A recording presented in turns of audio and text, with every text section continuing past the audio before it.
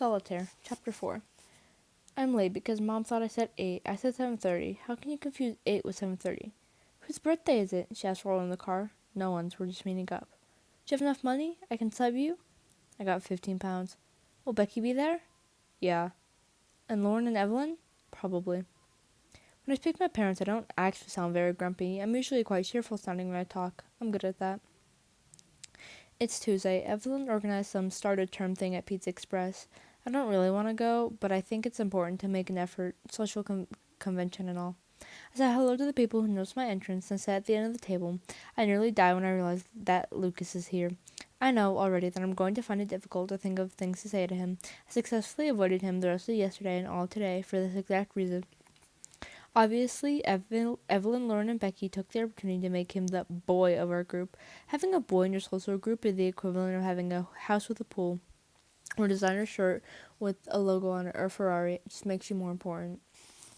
A waiter hurries over to me, so I order a diet lemonade and stare down the long table at all the people are chatting and laughing and smiling. It sort of makes me feel a bit sad, like I'm watching them through a dirty window. Yeah, but most of the girls who move to True only move because they want to be around boys all the time. Becky, seated next to me, is talking at Lucas, who's seated across from us. Seems like kind of a dumb reason. To be fair, he says, Troom girls are basically worshipped. Lucas catches my eye and smiles, his awkward smile. He's got this hilarious Hawaiian shirt on, the tight fit kind with the collar done right up and the sleeves slightly rolled. He doesn't look as embarrassed as yesterday. In fact, he looks fashionable. I didn't think he would be that sort of guy, the sort of guy who wears Hawaiian shirts. Only because boys at all boys' schools aren't used to being around girls, says Evelyn, who is next to Lucas, waving her arms around to emphasize her point. I've said it before and I'll say it again. Single-sex schools are a terrible idea. It's not real life, Lucas says. In real life, all genders hang out together. I'm jealous of the Troom uniform, though, sighs Lauren. Like, our uniform makes us look 12 years old. It's not real life, says Lucas, nodding earnestly. In real life, there are boys and there are girls and there are kids who don't identify as either, not just one or the other. But that tie, Becky says. I mean, I can't even. They all nod and start talking about something else. I continue to do what I do best. Watch. There's a boy sitting next to Lauren talking to the girls at the opposite end of the table. His name is Ben Hope. Ben Hope is the guy at Higgs. And by the guy, I mean the boy in the sixth form that every single girl in the entire school has a crush on. There's always one, tall and slim-built, skinny trousers and tight shirts. He usually straightens his dark brown hair, and I swear to God, it defies gravity because it swishes in a kind of organized vortex. When he doesn't straighten it, it's all curly and he just looks so cute you want to die. He always appears to be serene. He skateboards. I personally do not fancy him. I'm just trying to express his perfection. Ben Hope notices me staring. I need to control my staring. Lucas is talking at me. I think that he's trying to involve me in this conversation, which is kind of nice, but also irritating and unnecessary. Tori, do you like Bruno Mars? What? He hesitates, so Becky steps in. Tori, Bruno Mars, come on, he's fabulous, right? What? The song that is playing, do you like it? I hadn't even registered music was playing in this restaurant. It's Grenade by Bruno Mars. I quickly analyzed the song. I think it's unlikely anyone would want to catch a grenade for anyone else or jump in front of a train for someone else. That's very counterproductive. Then quieter so no one hears. If you wanted to do either of those things, it would be for yourself. Lauren smacks her hand on the table. Exactly what I said! Becky laughs at me and says, You just don't like it because it's top 40. Evelyn steps up, dissing anything mainstream is her personal area of expertise. Chart music, she says, is filled with autotune and terrible dance tracks. If I'm completely honest, I don't even like music that much. It's just like individual songs. I find one that I really love, then I listen to it about 20 billion times until I hate it, and I've ruined it for myself. At the moment, it's Messages in a Bottle by Police. By Sunday, I will never want to listen to it again. I'm an idiot. If it's all crap, then why does it make it to the charts? Asks Becky. Evelyn runs a hand through her hair. Because we live in a commercialized world where everyone buys music just because everyone else has. It's right after she finishes saying this as I realize Hans has hovered over a table.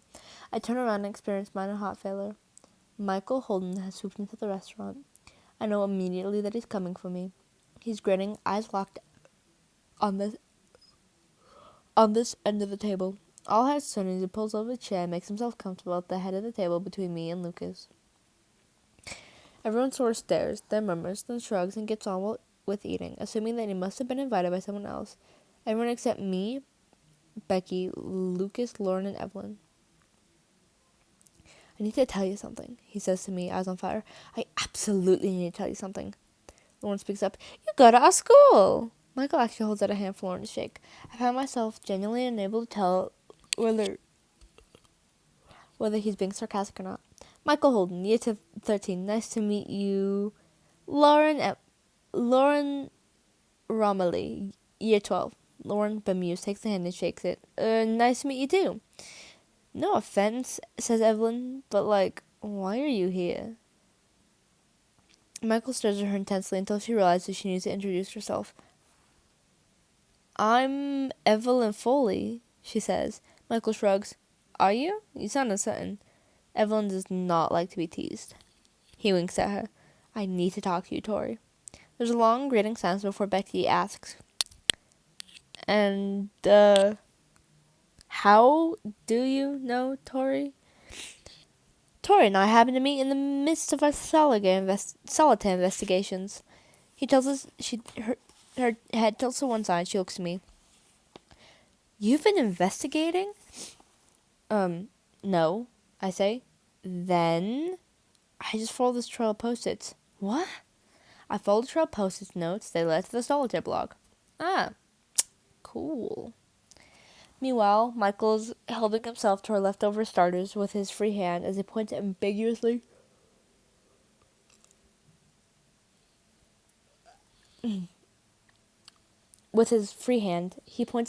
towards Becky. Are you Becky Allen? Becky slowly turns to Michael. Are you psychic? Just a fairly capable Facebook stalker. You're all lucky I'm not a serial killer. His finger, still flecked, gravitates towards Lucas. And Lucas Ryan. We've met already. He smiles at him so forcefully that it comes across patronizing. I should thank you. You're the one who led me to this school. To this girl. Lucas nods. I like your shirt, says Michael, eyes glazing slightly. Thanks, says Lucas, definitely not meaning it. I start to wonder whether Lucas knew Michael at Shroom. Judging by Nick and Charlie's reaction, he probably did. Maybe he didn't really want to associate with Michael Holden. It's almost making me feel sorry for Michael Holden for the second time. Michael looks past Becky. And what's your name? For a moment, I don't realize who he's talking to. Then I see Rita. She pokes her head around Becky's other side. Rita Sengupta. She laughs. I'm not sure why she laughs, but she does it anyways. Rita's probably the only other girl who I'm civil with. The only girl with whom I am civil, besides Becky, Lauren, and Evelyn. She hangs around with Lauren, but you tend not to notice her. She's the only girl I know who can pull off a pixie crop. Michael lights up like it's a Christmas morning. Rita, that's a fantastic name. Lovely Rita. By the time I realize he's referring to the Beatles song, the conversation has already moved on. It's surprising I even recognize it. I hate the Beatles.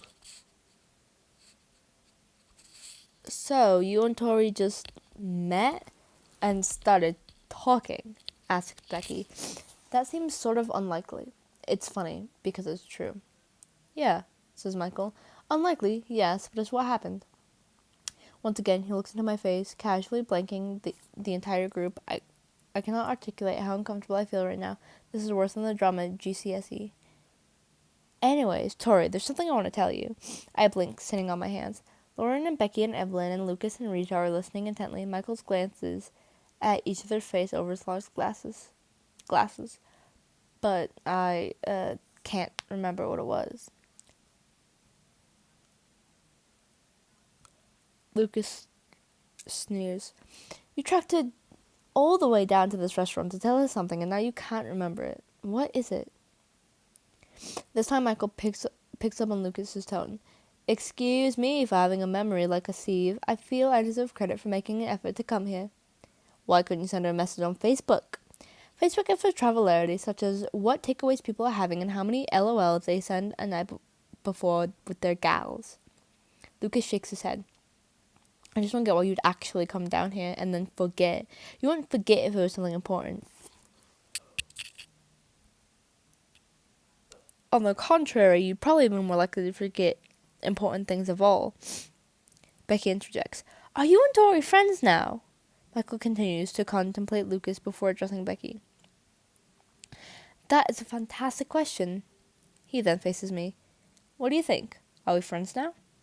I genuinely cannot think of an answer, because the answer, in my opinion, is definitely not yes, but definitely not no either. How can we be friends if you don't know anything about me? I say. He taps his chin thoughtfully. Let's see, another name is Victoria Spring. You're in year 12. Your Facebook indicates that you were born on April 5th.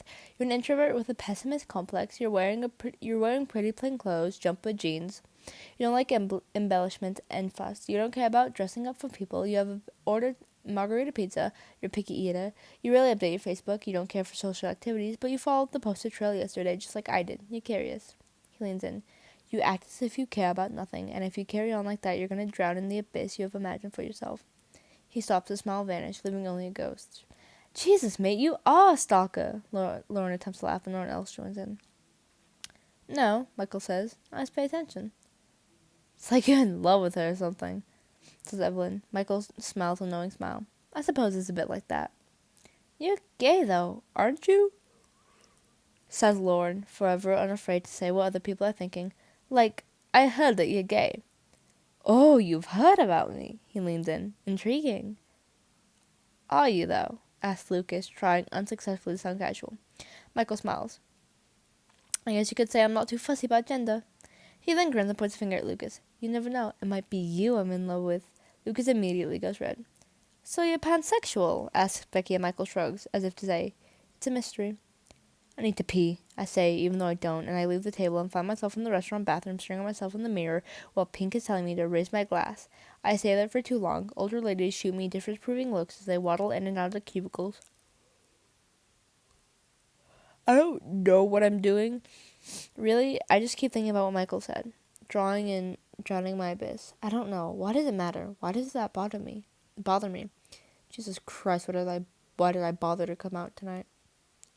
I continue to stare at myself in the mirror, and I imagine a voice reminding me to be funny and chatty and happy like a normal person. As the voice reminds me, I start to feel a bit more positive about stuff, even though any residual enthusiasm for seeing Lucas again has drained away. I think it's because of that Hawaiian shirt. I go back to the restaurant.